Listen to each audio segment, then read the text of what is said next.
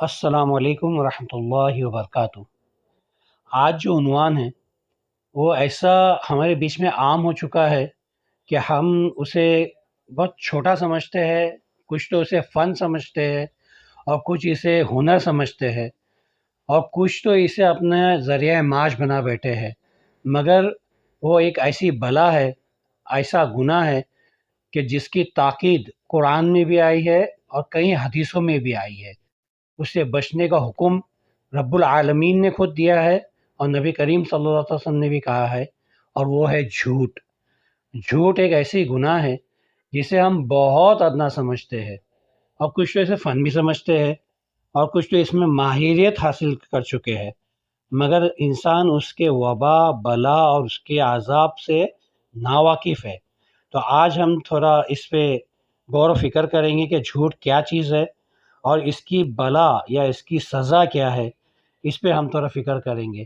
جبکہ اس کی شروعات اگر دیکھا جائے تو ہم اس کی شروعات بچپن سے ہی دیکھتے ہیں۔ جھوٹ ایک ایسی گناہ ہے جو چھوٹے چھوٹے بچے کرتے ہیں اور ہم اس سے حوصلہ افزائی کرتے ہیں، اسے اور اس میں ملوث کرتے ہیں، اس کی ہم تائید کرتے ہیں، جس کی وجہ سے یہ معاملے بڑھتے جاتے ہیں۔ غور کرنا چاہیے اس بات پہ کہ جھوٹ بہت بڑی گناہ ہے۔ روایت میں آتا ہے کہ نبی کریم صلی اللہ علیہ وسلم سے پوچھا گیا کہ مومن بزدل ہو سکتا ہے؟ نبی کریم صلی اللہ علیہ وسلم نے کہا ہاں ممکن ہے۔ پھر پوچھا گیا کہ مومن بخیل ہو سکتا ہے، کنجوس؟ آپ تھوڑا خاموش ہے، پھر فرمایا ہاں یہ بھی ممکن ہے، کہ کچھ حالات ایسے ہوتے ہیں کہ جب مومن بخیل ہو جاتا ہے۔ پھر پوچھا گیا کہ مومن جھوٹا ہو سکتا ہے؟ فوراً نبی کریم صلی اللہ علیہ وسلم نے فرمایا نہیں، کوئی مومن کبھی جھوٹا نہیں ہو سکتا۔ اس سے مراد سیدھی سیدھی یہ بات ہے کہ جھوٹ بولنے والا کبھی مومن ہو ہی نہیں سکتا۔ جھوٹ اتنی بڑا بلا ہے، اتنا بڑا گناہ ہے کہ وہ اس کو ایمان سے خارج کرنے کے برابر لے جاتا ہے، اس کی مومنیت یا اس کی اسلامیت اس سے چھیننے کی طاقت رکھتا ہے۔ تو سمجھو کہ جھوٹ کتنی بڑی گناہ ہے۔ بڑی بات بتاؤں کہ اللہ تعالیٰ خود اپنے قرآن کریم میں جھوٹ سے بچنے کی ہدایت ہے۔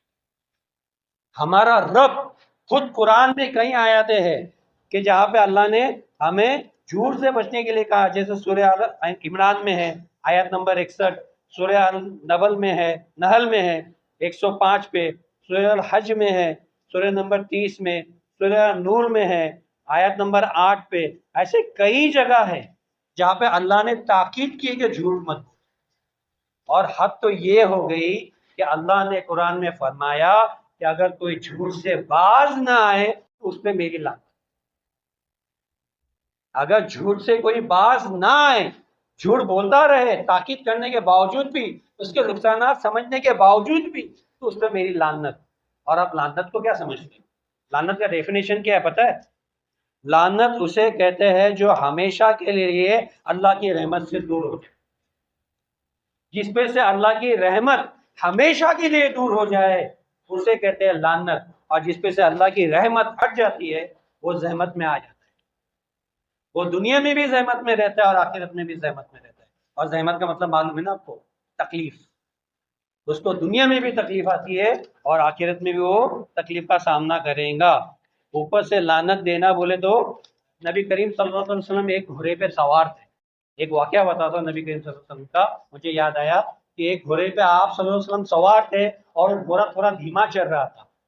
تو گھوڑے والے کو غصہ آیا کہ میرے گھوڑے پہ نبی کریم صلی اللہ علیہ وسلم سوار ہے اور یہ دھیما چل رہا ہے۔ تو اس نے کہا ہے گھوڑے، فلاں نام تھا گھوڑے کا، نام لے کے بولا تجھ پہ لعنت ہو۔ اس نے گھوڑے پہ لعنت بھیجی تو نبی کریم صلی اللہ علیہ وسلم فوراً اس سے اتر گئے۔ تو اس نے کہا آقا کچھ مسٹیک ہوگی، کچھ غلطی ہوگی، کچھ خطا ہوگی؟ بولے میں ایسے جانور پہ کبھی نہ سوار ہوں جس پہ لعنت ہو۔ نبی کریم صلی اللہ علیہ وسلم نے کیا فرمایا کہ میں ایسے جانور پہ کبھی سوار نہ ہوں جس پہ کہ کسی نے لعنت بھیجی ہو۔ تو سوچو جس پہ انسان نے لعنت بھیجی اس پہ سے نبی کریم صلی اللہ علیہ وسلم اتر گئے، تو جس پہ اللہ لعنت بھیجے اس کا کیا حشر ہو؟ یہ سوچنے کی بات ہے۔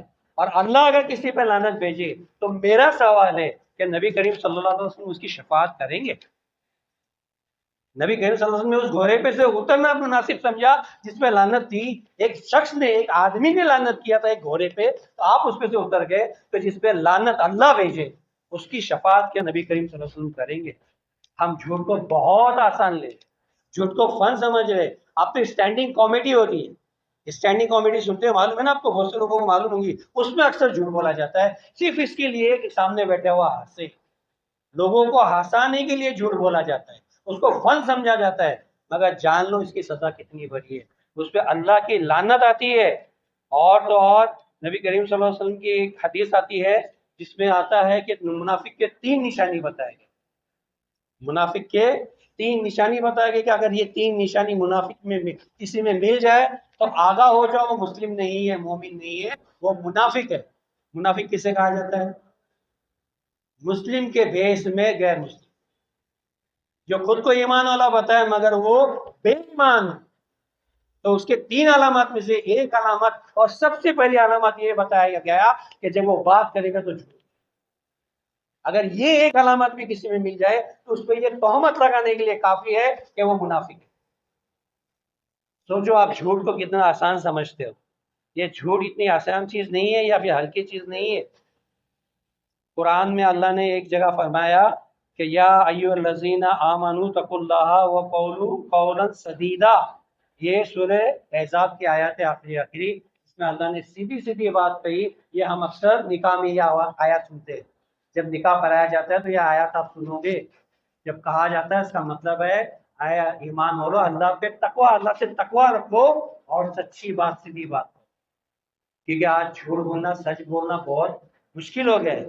لوگ سچ بولنے سے ڈرتے ہیں، مگر جو اللہ پہ توکل رکھتے ہیں وہ جھوٹ بولتے نہیں ہیں، وہ سچ پہ بولنا. وہ سچ بولنے سے نہیں ڈرتے، بھلے دنیا بھی تھوڑا نقصان ہو جائے. اس کی ایک مثال آتی ہے کہ اگر کسی کے دکاندار کے پاس ہے 3 ایسی جگہ ہے جہاں پہ کہا جاتا ہے کہ تم اجازت ہے مگر پسندیدہ نہیں ہے، صرف 3 ایسی جگہ ہے جہاں پہ جھوٹ بولنے کی تھوڑی سی اجازت ہے. ایک وہاں پہ جہاں پہ بیوی کو راضی کرنا ہو، بیوی کی رضامندی کے لیے آپ چھوٹا سا جھوٹ بول سکتے ہو، جیسے کہ اس کے ہاتھ سے کچھ ایسی چیز پکی ہے جو آپ کے ذائقے میں اچھی نہیں ہے، نمک زیادہ ہو گیا، مرچ زیادہ ہو گیا، یا آپ کا وہ چیز جو آپ کو ذائقہ پسند نہیں آ رہا ہے، پھر بھی اس کی خوشی کے لیے آپ نے کہا نہیں اچھا ہے، ماشاءاللہ بہت اچھا بنا ہے، یہ جھوٹ جائز ہے. دوسرا، جنگ کی حال میں جھوٹ جائز ہے، اس کا بینیفٹ اٹھانے کے لیے کہ بھائی فلاں مر گیا، سامنے والا کوئی مقابل میں ہے جو بہت اسٹرانگ ہے، اپنے گروہ کو حوصلہ افزائی کرنے کے لیے یہ بولے کہ وہ مر گیا تاکہ ان کا حوصلہ افزائی ہو. یہ جنگ میں بولنا، جھوٹ بولنا جائز ہے. اور تیسری جگہ لوگوں کے درمیان میں صلح کرنے کے لیے، اگر 2 گروہ میں جھگڑا ہو رہا ہے، 2 گھر میں جھگڑا ہو رہا ہے، 2 دوستوں میں جھگڑا ہو رہا ہے، تو ایک ایسا جھوٹ جو دونوں کو ملا لے اور دونوں کا کوئی نقصان نہ کرے، وہاں پہ بولنا جائز ہے. صرف 3 جگہ جھوٹ بولنا جائز ہے، ایک بیوی کے سامنے اس کو منانے کے لیے، ایک جنگ میں، اور تیسرا صلح کرنے کے لیے. اس کے علاوہ کہاں پہ بھی بولو تو جھوٹ جو ہے آپ کے لیے گناہ کا باعث ہے، آپ کے لیے ترقی خراب کرتا ہے. اور شروعات ہی جو گناہ کی ہوتی ہے آج وہ جھوٹ سے ہوتی ہے. آج ہم دیکھتے ہیں جوان لڑکیاں گھر سے جھوٹ بول کے نکلتی ہے کہ میں کالج جا رہی ہوں، جاتی ہے اپنے دوستوں کے ساتھ، اور پھر بعد میں اللہ معاف کرے، اللہ معاف کرے، وہ ہاسٹلوں میں اور ہوٹلوں میں نظر آتی، وہ عیاشیوں کی جگہ نظر آتی. اس کی شروعات جو ہوتی ہے وہ جھوٹ. ہر چیز میں نے کہا نا، میں نے جو دیکھا ہے، میری زندگی چھوٹی ہے مگر جو میں نے مطالعہ کیا ہوں کہ بڑی سے بڑی گناہ کی شروعات جھوٹ سے ہوتی ہے.